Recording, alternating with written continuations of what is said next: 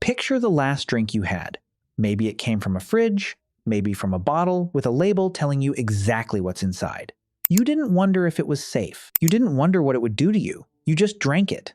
Now imagine a life where none of that existed. No bottles, no labels, no breweries, no one checking what was safe and what wasn't.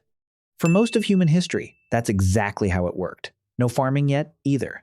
No crops planted on purpose. Just wild fruit, left too long in the sun. Wild grain, left too long in water. A strange smell that meant something inside had changed. Your ancestors ate it anyway. Let's go back further than you'd expect, long before your ancestors even knew what alcohol was. To understand where this all started, we have to go back millions of years, long before humans existed, long before our closest ape relatives even walked upright. Back then, in the forests of Africa, fruit didn't stay fresh for long. It would fall from the trees, hit the ground, and start to rot almost right away. And when fruit rots, something interesting happens. Wild yeast that floats around in the air lands on the sugar inside the fruit and starts eating it. As that yeast breaks the sugar down, it creates alcohol as a leftover. Nobody makes this happen on purpose. It just happens, the same way bread goes moldy if you leave it out too long. Here's where it gets interesting. A biologist named Robert Dudley studies exactly this kind of thing, and he came up with something called the drunken monkey hypothesis. It sounds funny, but the idea behind it is simple. Our ape ancestors, way back before we were even close to human, likely learned to love the smell of rotting, fermenting fruit. Not because they wanted to get drunk, because that smell meant food. Ripe, sugary, high-calorie food, sitting somewhere nearby. Animals that could smell fermenting fruit from far away had an advantage. They found the good food faster than animals that couldn't smell it as well.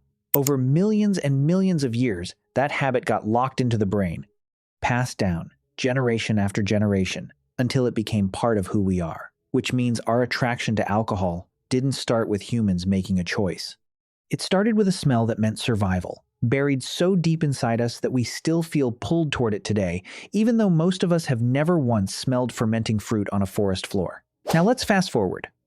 Early humans are walking the earth. Farming hasn't been invented yet. If fruit sat out in the sun for a few days, it would ferment on its own, just like it did for those ancient apes. If wild grain got soaked by rain and sat in a puddle for a while, the same thing could happen. Early humans eating this fermented fruit or grain weren't trying to get drunk. They were just eating whatever food they could find that day. And sometimes, that food happened to make them feel different afterward. A little warmer, a little looser, a little less on edge. And if you think about what life was actually like back then, constant danger, constant hunger, constant tiredness, feeling different for a little while probably felt like a small relief. Maybe even something close to comfort. Now, here's where the story moves from accident to something people started doing on purpose. And this is where real evidence comes in, dug straight out of the ground. At a place called Rockefet Cave in Israel, an archaeologist named Li Liu and her team made a huge discovery back in 2018. They found stone bowls, called mortars, that were about 13,000 years old. And inside those bowls were leftover traces that could only mean one thing: beer. Not beer made by accident.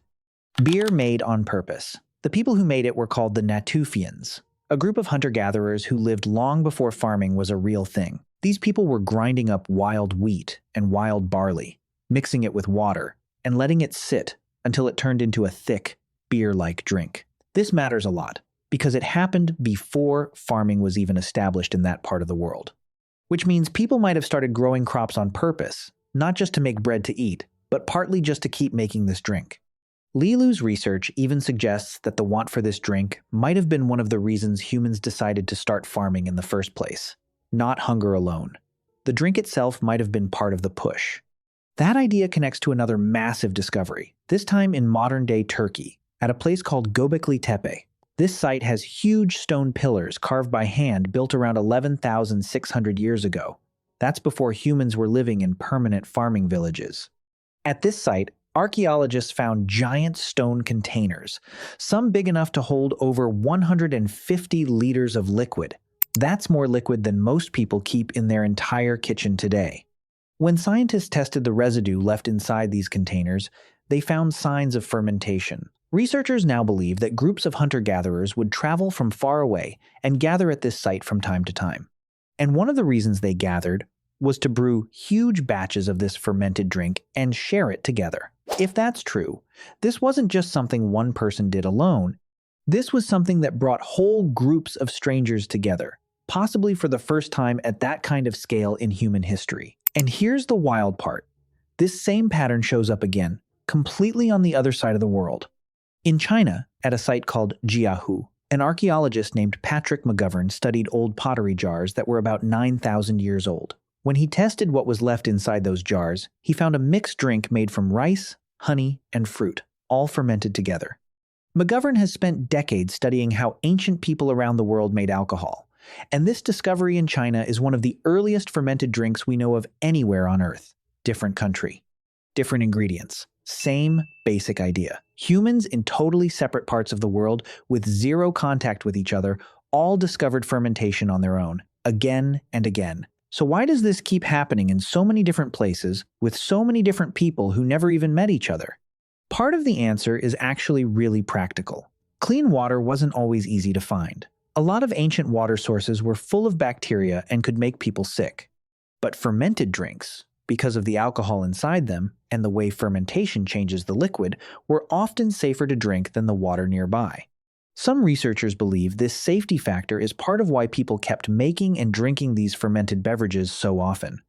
It wasn't only about feeling good afterward. In many cases, it might have actually kept people from getting seriously ill. There's also a nutrition side to this that's easy to miss. Fermentation can boost the vitamins inside food, and it can make grains that are normally hard to digest much easier on the stomach. Back when food was limited and unpredictable, a fermented drink wasn't just something to sip and enjoy.